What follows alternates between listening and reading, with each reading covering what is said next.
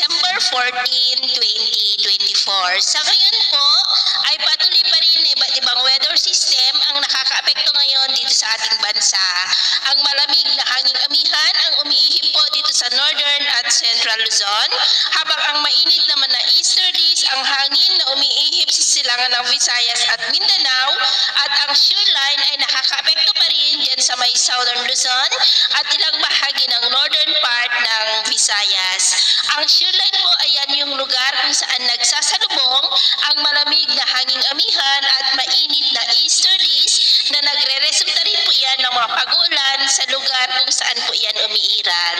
At sa southeast ng Mindanao ay meron pong intertropical convergence zone. Ang ITCZ naman ay salubungan yan ng dalawang magkaibang hangin na mula sa northern at southern hemisphere na tinagurian rin po na breeding ground ng mga sama ng panahon. And within that ITCZ ay may nagbabanta po na mabuo na low pressure area sa kumpol po ng kaulapan na nandito, at kung hindi yan malulusaw ay lalapit dyan sa may Mindanao na magpaikot-ikot lamang dyan sa silangan ng Mindanao ng ilang araw, at hindi pa rin po inaalis ang posibilidad na tatawidin niya ng ating bansa sa susunod na mga araw bago mag-weekend, na siya pong magdudulot ng mas maulan na panahon. Kaya atin lamang pong babantayan ang development yan kung matutuloy po o hindi, at ito naman ay pinapakita ng forecast model nating ginagamit hanggang sa susunod na 2 linggo ay may banta nga po ng isang sama ng panahon na posibleng tawirin ang ating kalupaan. At sa lagay ng ating panahon ngayong hapon, dahil sa amihan ay cloudy skies with isolated rain sa ilang bahagi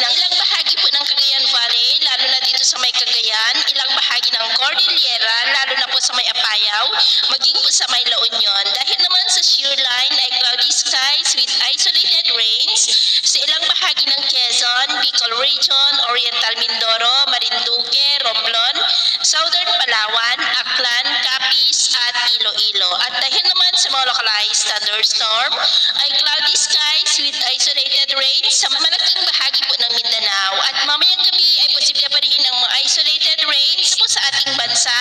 lalo na po dito sa may Cagayan, ilang bahagi ng Isabela, ilang bahagi ng Southern Luzon, northern part ng Visayas at sa ilang bahagi na lamang ng Mindanao. Kaya mag-ingat pa rin po tayo.